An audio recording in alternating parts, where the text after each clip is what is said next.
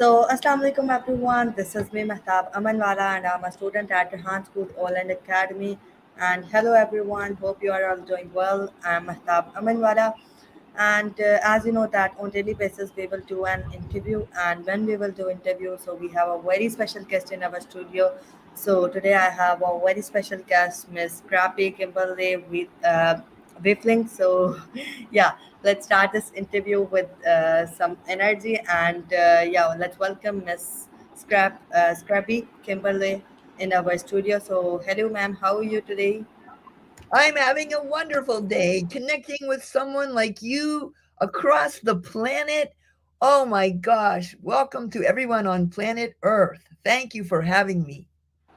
Thank you so much, ma'am. And yeah, so first of all, I can introduce yourself. So yeah, Kimberly Wiefling, a visionary leader and expert in global leadership development, and he has a like river cruise experience, wonderful river cruise experience. So let me know today about this more and more. So yeah.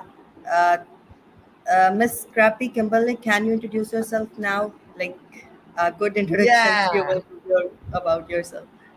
sure. I grew up in a very rural, countrified area of Western Pennsylvania in the United States. I wanted to be a scientist from when I was really young, and I left home the day I turned 18, joined the US military so I could get money for college, got out of there as soon as I could. 'Cause I really didn't like people telling me what to do in the military. And then I studied for 7 years chemistry and physics. I got a bachelor's degree in physics and and then I got a job at Hewlett Packard repairing analytical equipment. And I worked at Hewlett Packard for 10 years, seven different engineering jobs before joining three failed startup companies in 3 years. I was moved to Silicon Valley and I was working at this boring job, and all these amazing startups were all around me: Google, Facebook, Apple. So I quit my job at HP and joined three failed startups in 3 years. But don't worry, every time I lost my job, I got a better job with a raise and a promotion. And then over 20 years ago, I started my own business doing consulting in mostly human skills, not science, because I didn't learn human skills, and many of my technology friends didn't learn human skills like communication and leadership and teams. So I decided to help them learn how to work together to do what only a team can do, what would be impossible for one person. And that's what I've been doing for the last 20 years. Great, wonderful. So you have a global leadership development program. So can you explain me that? What is it, and what inspired you to create or facilitate a global leadership development program? Well, I studied, as a scientist, I studied the statistics, the data, why teams fail. Now, Mehtab, maybe you can guess why teams fail. It's not because of technology or smarts or engineering. The number one cause of failure in teams is they fail to build trust. They don't build trusting relationships. So, number two reason, communication, problem solving, decision making. They don't have ways to communicate effectively. And I was really shocked for the number three and four reasons why teams don't achieve their goals. Like over 80% of teams do not achieve their goals. And among the top four reasons is they don't know what their goals are, and the individual and team goals are not aligned. They're in a different direction. How ridiculous. No trust, communication, problem solving, decision making, unclear goals, misaligned goals. This is totally a failure of leadership. My chicken is very upset about stupid leadership.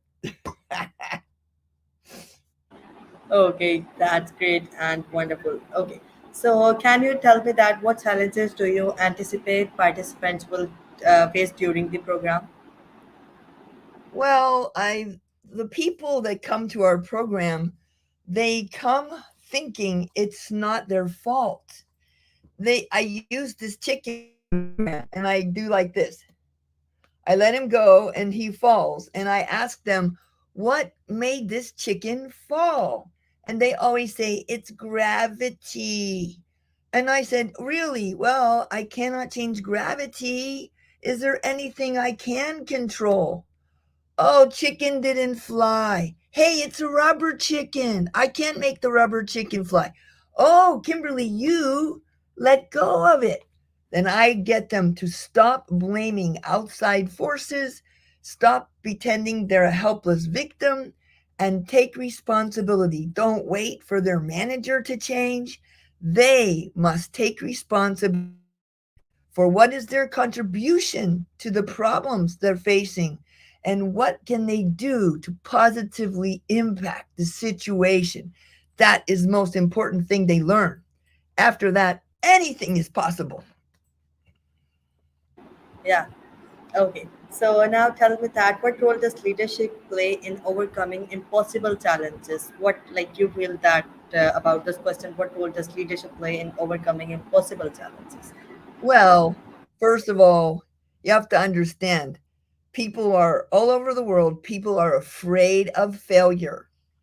So if you're not allowed to fail, you have to be really careful what you start and only start things when you know exactly how you're going to do it and you're sure you can succeed. Well, of course, then you never want to tackle big challenges because it seems impossible. So, as a leader, it's so important to set the environment for your team to say, "Hey guys, let's experiment. Let's make a prototype. Let's learn from mistakes. Let's see what we can do with this prototype and maybe make next one better." You have to make it psychologically safe for people to take necessary risks, to learn from their mistakes, and to fail forward. I mean, this is really challenging. And it's so important that we make it safe for people to take those risks and also to question what they are so sure. "Oh, I'm sure it's impossible." People say, "Oh, Kimberly, it's not reasonable, it's not feasible, it's not possible." I tell them, "Okay, please tell me what everything do you personally know in the entire universe?" You know what most people say, Mehtab? They don't say 50%, "I know half of everything." No, they say less than 1%. They say 0.0000001%. And then I tell them, if you only know 0.00001% and you think this is impossible, maybe you need to work with a team because something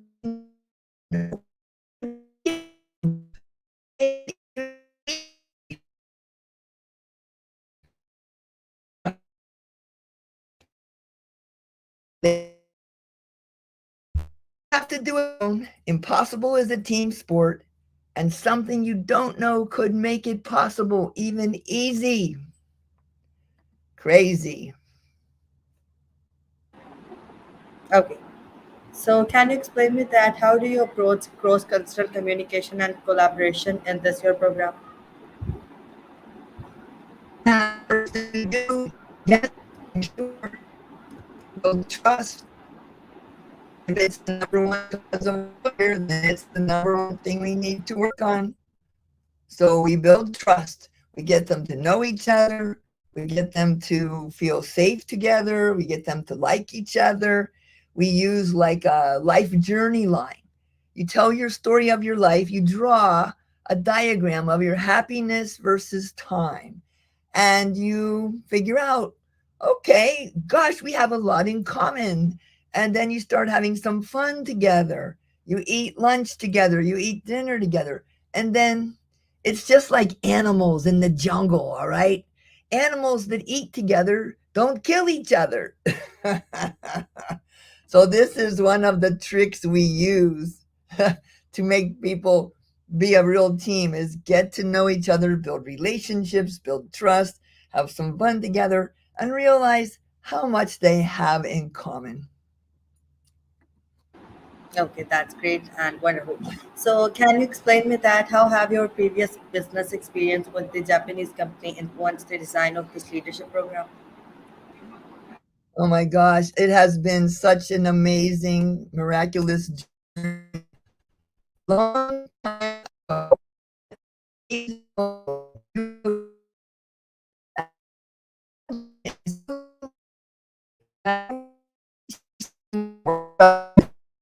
brought some of her Japanese clients to Silicon Valley, and I was never lecture. No, I always do fun, exciting activities, rubber chickens, and so they had such a great time in my little workshops there that she said, "Why don't you come to Japan?" And I said, "Okay, why don't you give me plane tickets?" So then she started to talk to all of her clients. Hey, you should hire Kimberly, Scrappy Kimberly, Silicon Valley, innovation, mindset, leadership, teams. And over the years, we worked together over 10 years, and I worked with over 50 Japanese companies so far. I'm still working with some of them. After almost 15 years, more than 15 years, I'm still working with some. And it is so amazing because Japan is like one of the top five economies in the world. It only has about 125 million people, but some of the businesses I work with from Japan, they do business in 40 countries, 50 countries, over 100 countries. And so they are truly global businesses and they're hiring people from all over the world. And so they bring people together across borders and boundaries. And here's one thing I know, governments fight each other, but global businesses, they don't want the countries they're doing business in to have wars because they have a business in this country and that country. They don't want to have bombs and bullets. They want money and products and services crossing the border. So I think I'm helping world peace by helping these global businesses, these people, build relationships, build trust, and work together across borders and boundaries of every kind.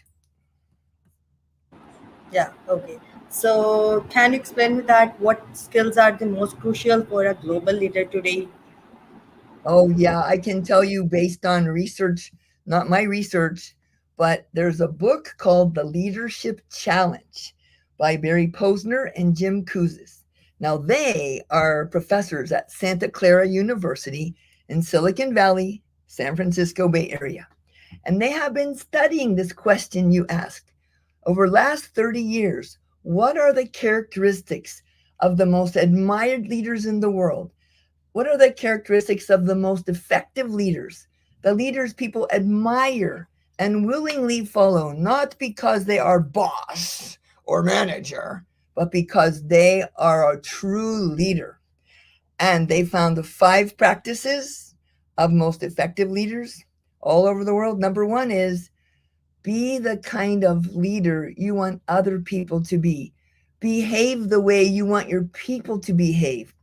For example, I'm going to do a little trick on you, okay? Please put your thumb like this.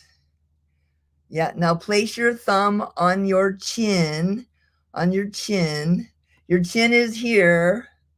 This is cheek. Aha! See, if you are this kind of leader, bad leader.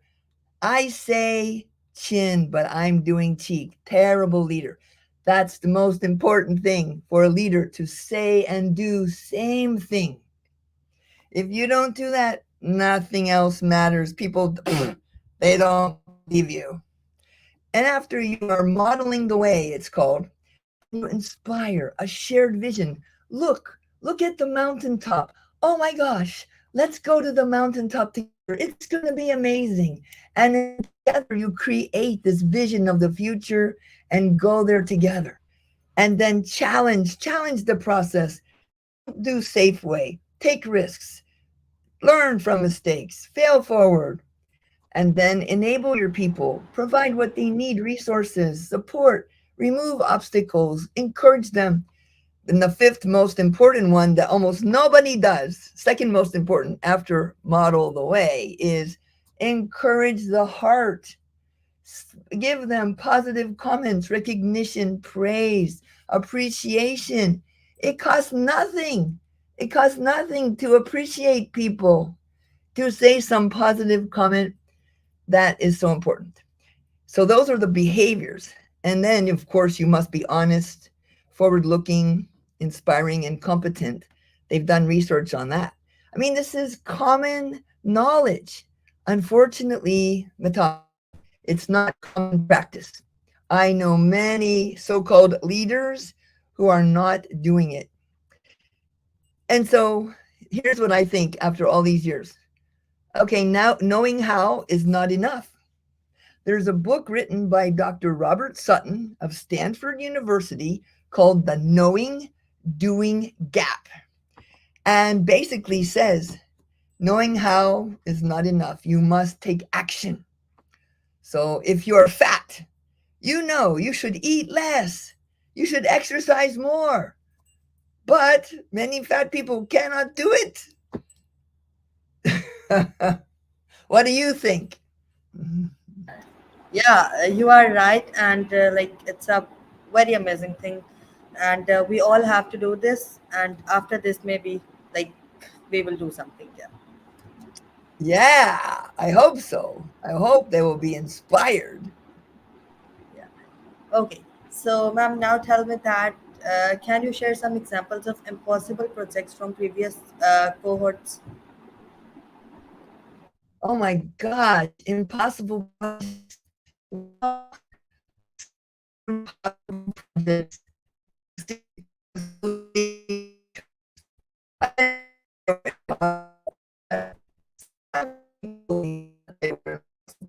For example, one company didn't have a place to put a file that everyone in the whole company could see it. You know, like a shared place to put a file for file sharing. And they weren't allowed to use the IT system because they were considered too dangerous issues, right? So it's kind of one of the problems was, the really old IT systems, very old IT systems. And so lots of the projects were about transforming their IT systems. And now they have done it. They have amazing MS Teams, they use Zoom, they use shared whiteboards, they have a modern IT systems.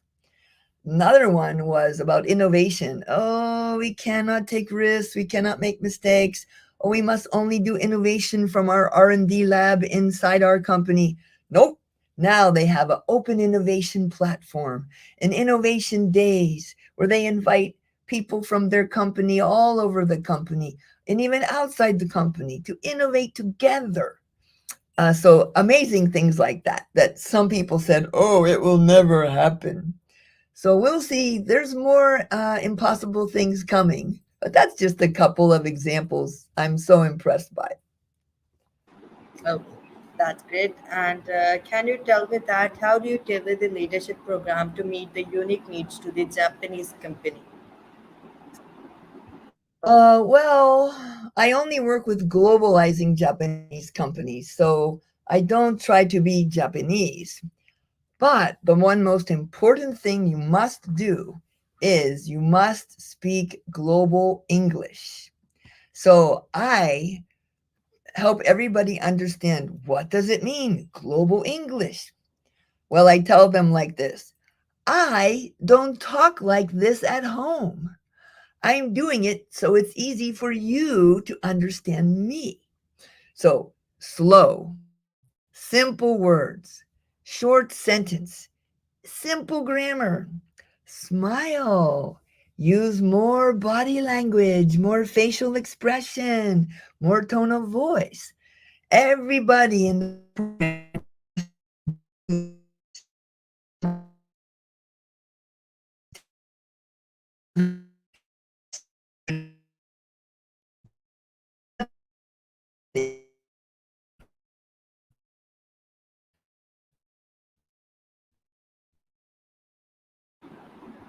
Miss Kimberly, can you hear me?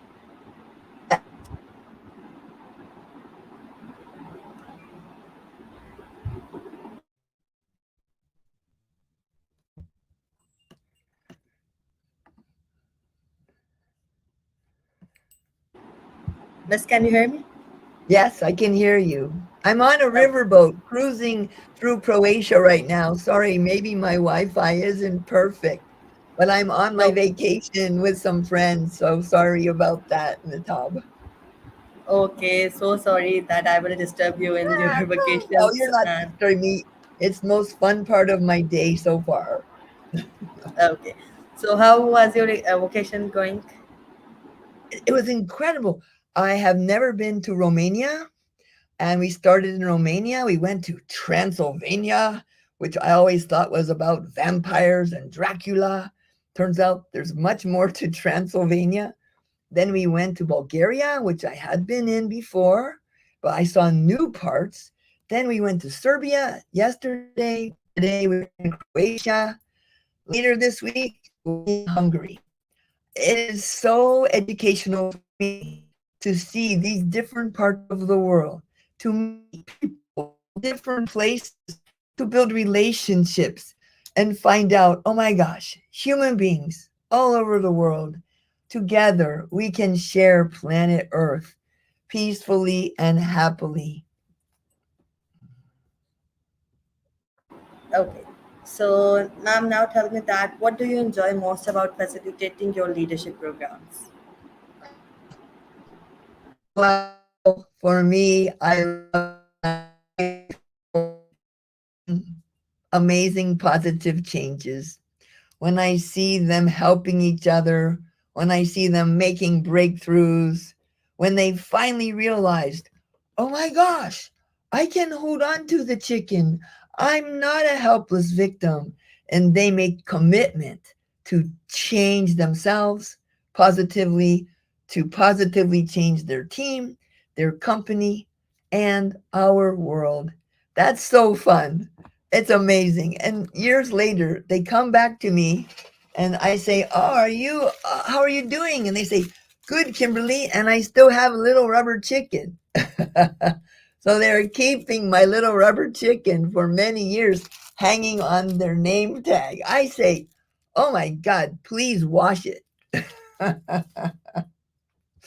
Yeah, it's so fun. The relationships are precious. In fact, when I'm in Hungary, I will see some of my graduates from past leadership workshops. So I'm going to go to dinner with some of we call them survivors of Kimberly's Global Leadership Workshop, but they're graduates. Okay, ma'am. So, how do you get the feedback from participants during and after the program?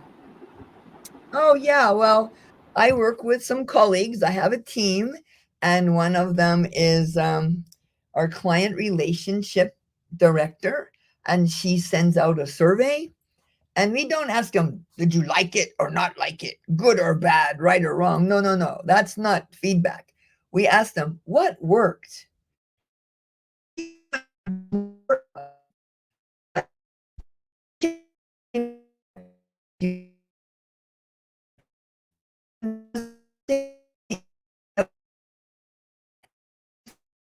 What would you change dramatically improve our results? So we ask them for real feedback. Working, change to work better, what's missing, magic wand, anything's possible. What would you do differently? And that's very helpful. We have changed all the times. We changed the programs to make them better. Okay. Ms. Kimberly, in last, any message that you want to give to our audience and that is the beneficial for our audience, so you will give it. Oh, the message. Okay, let's see. Ah, just a second. I have to think about it. Okay. Okay, here's my message to you. There's always things outside of your control.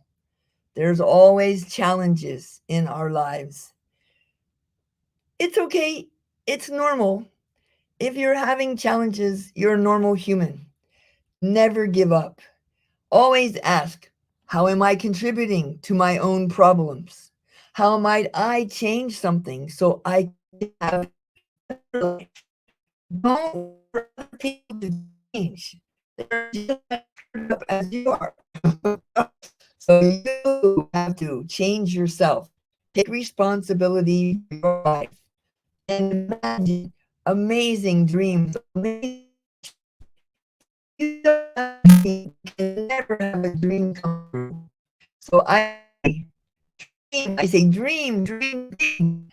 And don't let other people kill your dreams. They may want to tell you, oh, it's not possible. You just smile and say, thank you, and keep going after your dream. Okay? Okay, ma'am. And thank you so much, Miss Kimberly, that you give me your precious time for this interview. And it's having a wonderful. Uh, I will take your interview, and I will like grateful to you for giving me this interview and giving your precious time to me. And last, again, thank you so very much for giving me time for this interview. Thank you so much, and Truly thank my you so. pleasure. Yeah, I hope to thank see you. you sometime. Okay, in person. Okay, Thank you. so thank you. Thank you so much, everyone, watching this interview. And inshallah, we will meet in the next interview with another guest and with another inspiring story and with another inspiring interview. So take care of yourself and Allah Hafiz and bye bye. Bye bye.